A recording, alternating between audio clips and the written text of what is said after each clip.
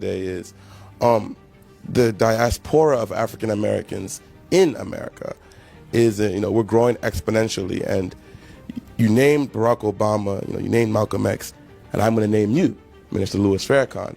These are all, men, representations. As a people, sometimes we look to our representations and forget to represent ourselves. So we put all the energy, all the power, all the burden on the representation. And then when the representation, I don't like to say the word die, disappear, it's like, oh, what do we do now? Martin's dead. Who do we look? Who's the next representation? Oh, Malcolm's dead. Who's the next representation? So on and so forth. So as a people, how do we better represent ourselves and not always, shift the burden of representation always to a specific figure, except for unilaterally doing it as one people? Thank you so much. Beautiful.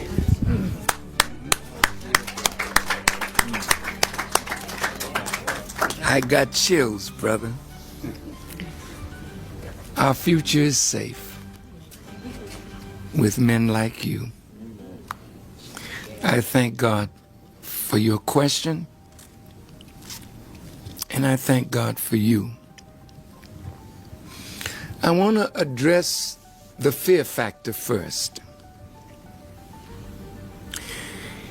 A liar will always fear the coming of truth.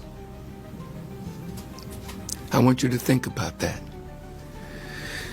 Because if those in positions of authority fear words that come out of my mouth, if those words are truth, what is there to fear from truth if you have told the truth? All right.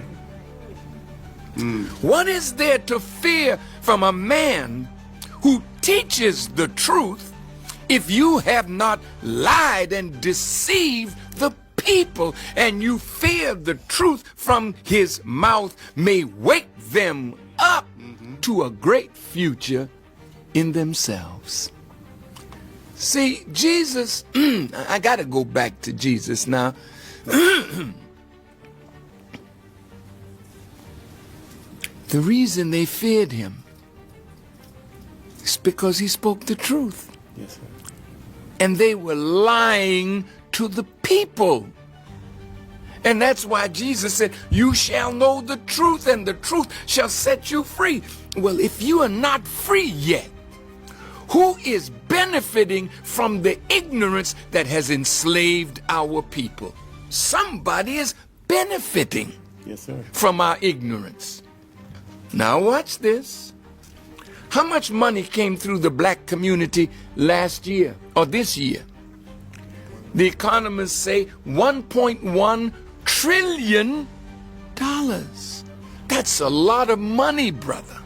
Farrakhan exposes why the American government fears Black awakening. Y'all, isn't it interesting that the most surveilled, most monitored, most demonized religious leader in America isn't a terrorist, isn't a foreign agent, isn't someone preaching violence, but is a Black man in a bow tie who tells Black people to love themselves, know their history, and build their own? The Honorable Minister Louis Farrakhan has FBI files thicker than a phone book, has been banned from platforms, banned from countries, and labeled everything from controversial to dangerous. And all he does is teach Black people who they are. Now, why would that terrify the United States government so much?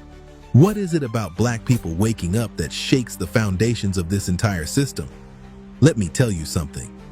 When a government that claims to value free speech spends decades trying to silence one man, you better pay attention to what that man is saying. Because clearly, he's telling a truth they don't want you to hear. Welcome to the channel where we bring receipts, connect historical dots, and speak truths that make the system uncomfortable. If you're new here, hit that like button right now and subscribe with notifications on, because what we're about to break down is going to show you exactly why they fear Minister Farrakhan, and more importantly, why they fear you waking up. Let's get into it. The Honorable Minister Louis Farrakhan has been leading the Nation of Islam since 1977. For over 4 decades, he has been teaching Black people about their history, their identity, their power, and their purpose. And for over 4 decades, the United States government has been watching him, monitoring him, trying to discredit him, trying to silence him. Now let's stack some facts so you understand the level of surveillance and targeting we're talking about.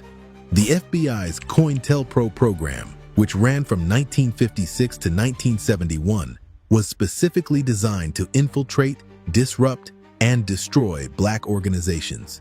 The Black Panther Party, the Nation of Islam under the Honorable Elijah Muhammad, civil rights groups. Any organization that empowered Black people was a target.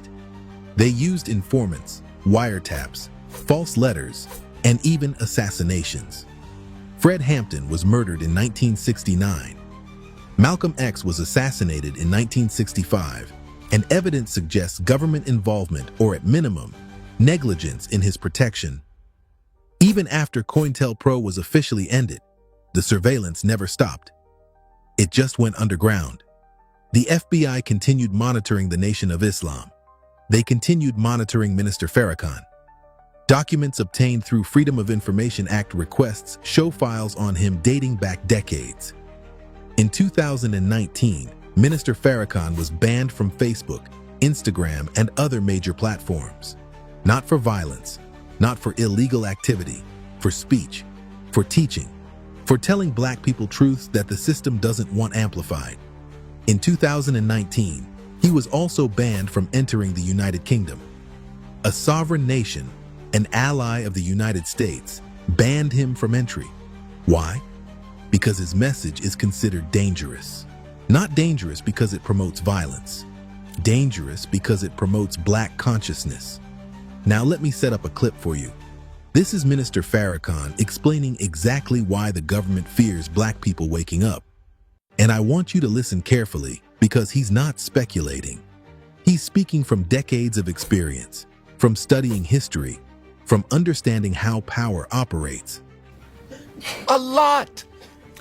Don't you know that if 10% of $1.1 trillion stayed in our hands, that would be 100 billion, $100 million. What could we do? Think about it. With 100 billion. Somebody is making a killing off of our foolish spending of our wealth. The money comes in our community. It doesn't even circulate one time before it leaves. So if somebody's going to tell the truth and wake Black people up to how rich they really are, their poverty is in their spirit and in their disunity. And that's why Jesus said, blessed, not are the poor, blessed are the poor in spirit. For what happens? For theirs is what? That's what they fear.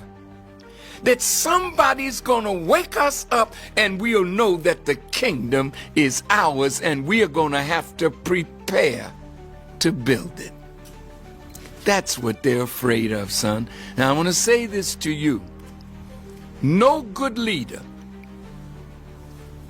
who knows he or she is finite does not prepare a group to take over when he is gone, so that the principles, not the charisma, not the personality, but the principles that a good leader builds his life on, they don't belong to that leader.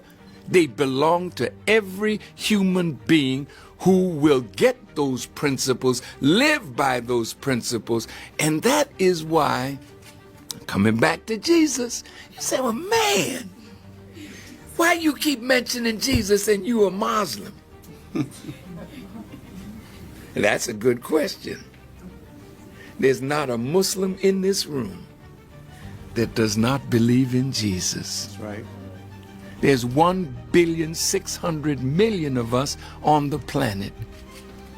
And I can tell you, every Muslim believes in Jesus. Right. You don't know Muhammad. So no, you can't believe in what you don't know. Nobody's telling you about Muhammad, but somebody taught us about Jesus. We grew up in the church, but our holy book, the Quran, mentions Jesus, the son of Mary, the Messiah. Wow. So how come you don't like Muslims if we love the man that you say you love, but you don't know or love the man that we love? It's because we know Jesus, we love Jesus. We know Abraham, we love Abraham. We know Muhammad, and we love Muhammad, because that's just one community of prophets. And every prophet, son, when they came, they put teachings and principles in others so that when they go, the work continues in the individuals. But here's what happened. You've heard of Marcus Garvey? Do you think that Marcus Garvey did not prepare for the day when he would no longer be here? Of course he did. Martin Luther King was a great brother. Look who was around him. There was Jesse. There was Abernathy. There was the Andrew Young. Just name them. They were his disciples. Now, many of you were not around when Dr. King was alive. What do you know about him? Oh, he said, I have a dream. Mm-hmm. Is that all? Is that all that Dr. King said? Why did they kill him? Because he was dreaming? They didn't kill him because he was a dreamer. They killed him because he was upsetting a status quo and infusing black people with courage to resist unjust laws. Yes, sir. But what happened after brother was assassinated? Ralph David Abernathy tried to continue the Poor People's March, but he wasn't as charismatic. Right. And what happened? Jesse went over here and formed Push.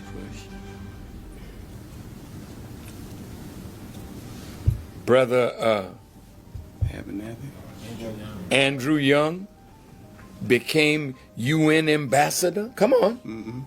They started offering us things that take us away from movement. Right.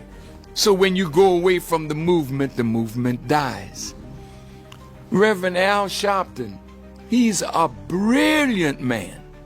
I met him when he was just a teenager. Now, of course, he's on television. He has a regular show on MSNBC. So where's movement? Where's movement now? It's not there. It's not that Martin didn't leave people. It's not that Malcolm and Elijah Muhammad didn't leave people. They've reduced Martin Luther King to I have a dream. That's right. If you would go and look at that man's speeches and watch his evolutionary development, you would see that he was moving toward a goal, and just before he died, Harry Belafonte was with him. and he was in a very melancholy spirit. The rest of the disciples, they were enjoying themselves, and Harry Belafonte went to Dr. King and said, "Dr. King, you know, why are you so melancholy?" And according to Harry Belafonte, and other witnesses said the same, Martin Luther King said, "I fear that I am integrating my people into a burning house." Yes, sir. So now, the great leader of civil rights, he's a dreamer. Malcolm, they reduced him to a slogan, "by any means necessary." What did Malcolm teach that got him assassinated? See, Elijah Muhammad was Malcolm's teacher and my teacher. That's right. Elijah Muhammad is off the scene, but he's very present because he had a student That's right. that loved him enough to root myself in the principles that made him a great teacher and a great leader. You don't need to keep on looking to a man that's dead. But Jesus said it perfect. Boy, I keep coming back to the master. Go ahead. Listen to these words, brother. He was getting ready to go, and they were having their Last Supper. He knew he was about to be betrayed.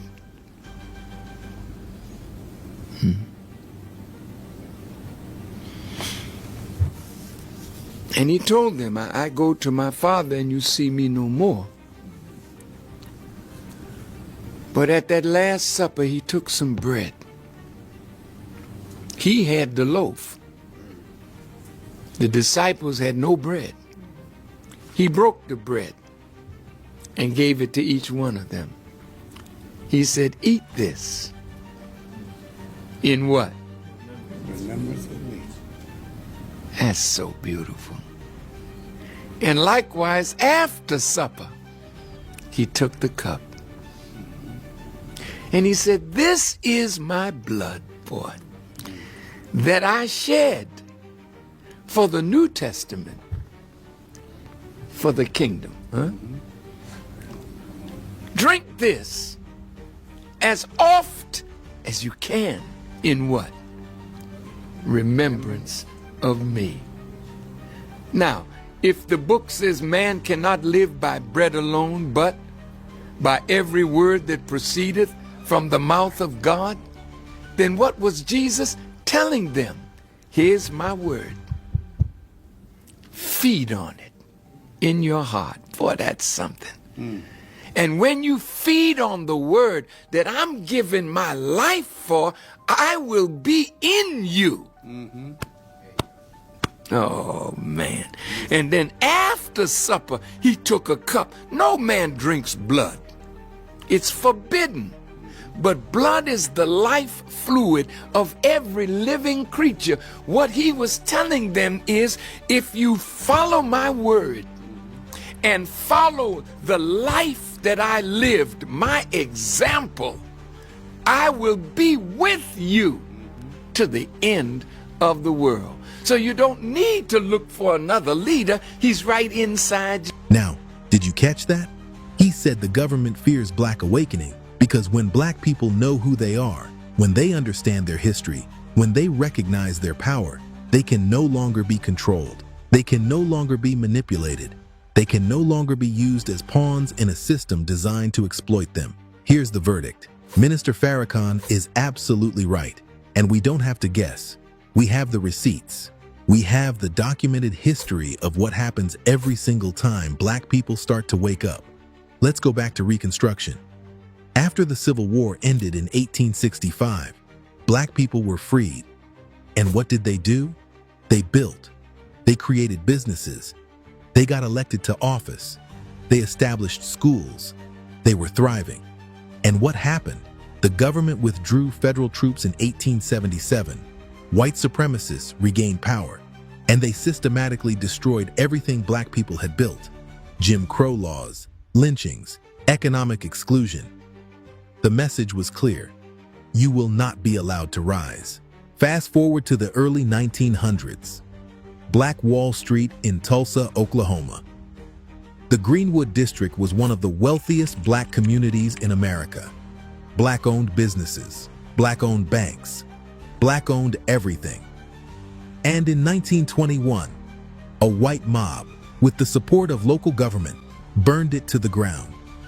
Planes dropped bombs on American citizens. Hundreds were killed. Thousands were left homeless. Why? Because black people were awake, building, thriving. And that could not be tolerated. Jump to the 1960s. The Black Panther Party. They fed children. They provided health care. They taught political education. They armed themselves for self-defense. And what did the government do? COINTELPRO targeted them for destruction. Leaders were arrested on false charges. Some were murdered. The organization was infiltrated and dismantled. Every single time black people wake up, every single time we organize, every single time we build, the system responds with violence, with surveillance, with suppression. Because an awake black population is a threat to white supremacy. An awake black population cannot be controlled. Now, let's talk about the hypocrisy, because this is where it gets infuriating. They say America is the land of free speech, but Minister Farrakhan gets banned from platforms for speech. They say America values religious freedom, but the Nation of Islam has been surveilled and infiltrated for decades. They say America is about opportunity and entrepreneurship, but every time black people build economic independence, it gets destroyed or undermined. It's not about free speech. It's about controlling the narrative. It's not about religious freedom. It's about controlling black consciousness. It's not about opportunity. It's about maintaining economic dominance. And the reason they fear Minister Farrakhan specifically is because he doesn't just teach history, he teaches identity. He teaches that black people are not just descendants of slaves. He teaches that we are the biblical Israelites. He teaches that we have a divine purpose. He teaches that we are not inferior. We are not cursed. We are chosen. And when a people believe they are chosen, when they believe they have divine purpose, when they believe they are connected to the Most High, you cannot control them with fear. You cannot manipulate them with lies. You cannot keep them oppressed with systems designed to break their spirit. That's why they fear him. That's why they fear Black awakening. Now let's connect this to the system, because this is not just about one man. This is about a pattern of suppression that has existed since black people arrived on these shores.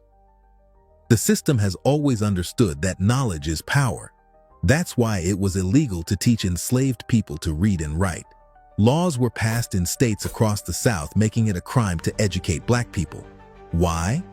Because an educated slave is a dangerous slave. An educated slave asks questions. An educated slave resists. An educated slave escapes. That same logic applies today. An awakened black person is dangerous to the system. An awakened black person doesn't accept the narrative. An awakened black person doesn't vote against their own interests. An awakened black person doesn't spend money in businesses that disrespect them. An awakened black person builds, organizes, and demands justice. So the system does everything it can to keep us asleep. They control the education system and teach us a whitewashed version of history. They control the media and feed us images that degrade us. They control the economy and keep us dependent. They control the narrative and label anyone who teaches truth as divisive, controversial, dangerous. But here's what they can't control. They can't control the truth. They can't stop people from seeking knowledge. They can't prevent the awakening that's happening right now all over the world as black people rediscover who they are. Now let me bring this home with a human story. Think about the young black man who grew up believing he was nothing, believing his history started with slavery, believing he had no culture, no heritage, no value. Then one day, He hears Minister Farrakhan speak. He hears about the greatness of his ancestors. He hears about the kingdoms of Africa. He hears about the biblical connection. He hears about his divine purpose. And something shifts. His posture changes. His confidence grows. He starts reading. He starts building. He starts teaching others. That transformation, that awakening, that's what they fear. Because one awakened person becomes 10. 10 becomes 100. 100 becomes a movement. And a movement can change the world. So let's do a moral audit. What does Scripture say about this? John chapter 8 verse 32. And ye shall know the truth, and the truth shall make you free. Truth brings freedom. That's why they suppress it. That's why they fear it. That's why they try to silence anyone who speaks it.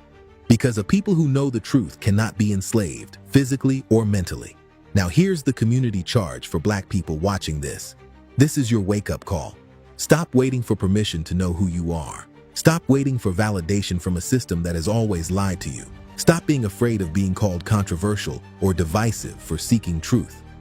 Study your history, not the version they taught you in school, the real history, the African empires, the biblical connections, the achievements that have been erased from the record. Support leaders who teach truth, even when they're demonized. Minister Farrakhan has been vilified for decades, but his message has never changed. Love your people, know yourself, build your own. That's not hate, that's self-preservation, that's empowerment. Organize in your communities, build economic independence, support Black-owned businesses, create institutions that serve us. Stop depending on systems that have never had our best interests at heart. And most importantly, teach the next generation. Break the cycle of ignorance. Make sure your children know who they are, where they come from, and what they're capable of. The government fears Black awakening because they know what happens when we wake up. We stop being controllable. We stop being exploitable. We start being powerful. And that power, that awakened consciousness, that's what will ultimately dismantle every system of oppression that has been built against us. So share this video. Let every Black person know why they've been kept asleep and why it's time to wake up. Let them know that Minister Farrakhan has been telling the truth for decades, and that's exactly why they tried to silence him. And stay tuned to this channel, because we're going to keep bringing you the truth, the history, and the knowledge that the system doesn't want you to have. Minister Farrakhan exposed why they fear us. Now it's time for us to embrace that power, walk in that truth, and become everything they were afraid we would become. Stay blessed, stay awake, and stay powerful. Peace.